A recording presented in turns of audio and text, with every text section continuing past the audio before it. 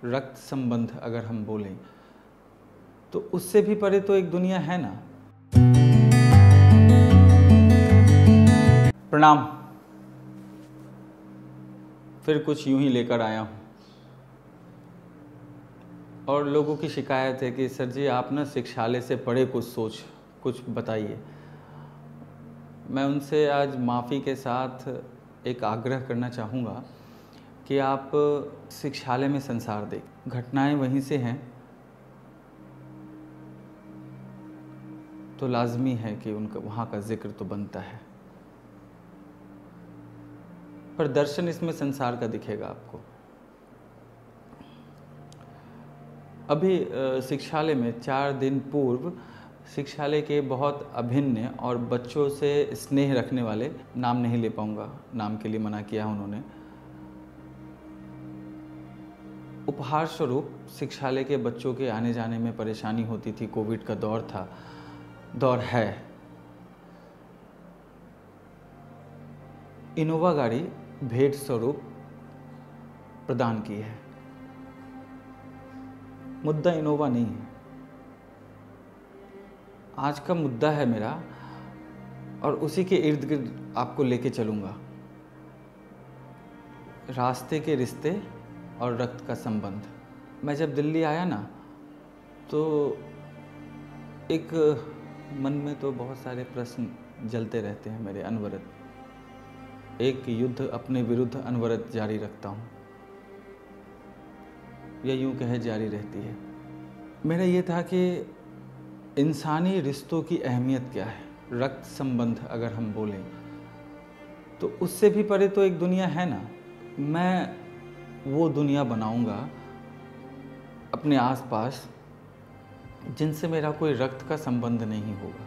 और पूरे यकीन से मैं आपको बतलाऊं, अगर मैं ना बोलूं कि मेरा इनमें कौन क्या है तो आप अंतर स्पष्ट भी नहीं कर पाएंगे। शिक्षालय का कोई भी बच्चा या उसके अभिभावक, उनसे हमारा कोई राब्ता नहीं। हम पहले उनसे कभी नहीं मिले थे। न रक्त का न संबंध, न रक्त का संबंध और न ही गांव का संबंध। मेरी सोच मानवता के संबंध से थी। वही राब्ता बनाया। आज वही हमारे परिवार है। मेरे बीमार होने पे पिछले वर्ष मुझे डेंगू हो गया था।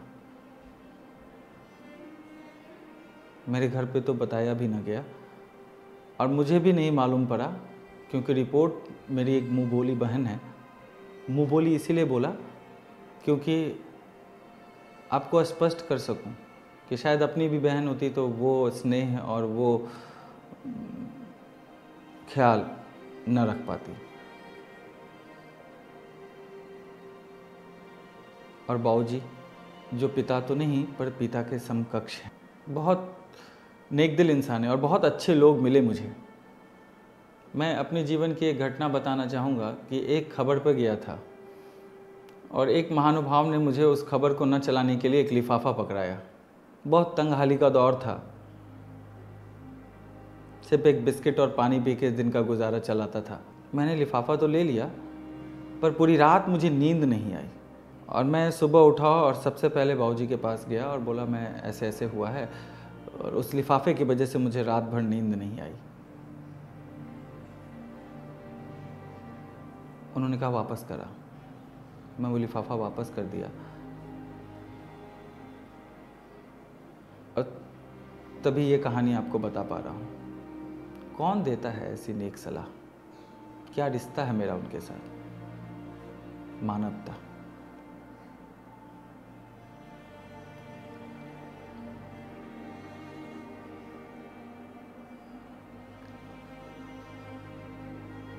हाँ, तो कहानी में इनोवा पे थे हम कि स्नेह स्वरूप उन्होंने इनोवा दिया है शिक्षालय को।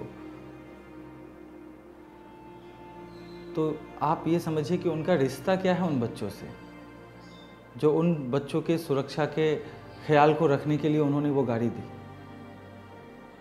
मानवता का, रक्त का नहीं, रास्ते के रिश्ते हैं। ऐसे ही समाज और ऐसे ही संसार की ज़रूरत है आज हमें। बशीर बद्र साहब का एक शेर है, शायद मुझे ठीक से याद नहीं आ रहा, उन्होंने कहा बंद कर दो सारी नफ़रतों को 7 संदूकों में बंद करके। कितना विद्रोह भरा है ना, कितने फूके पड़े हैं हम अपने आप से।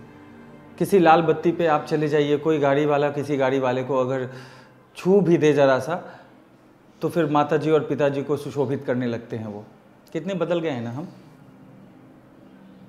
प्यार करना भूल गए हैं।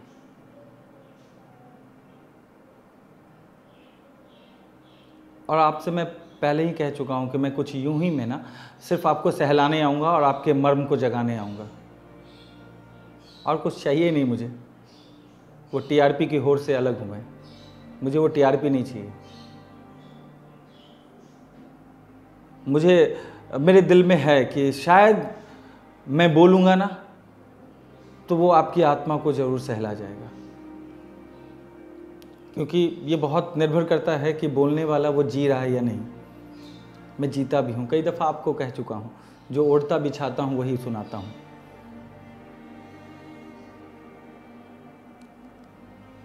तो मूलतः इनोवा के लिए नहीं आया था इस बार मैं आपके समक्ष। मैं ये दिखाने आया था कि मानवता जो है ना वो जीत रही है।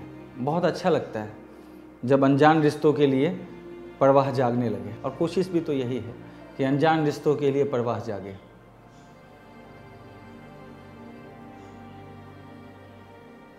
आप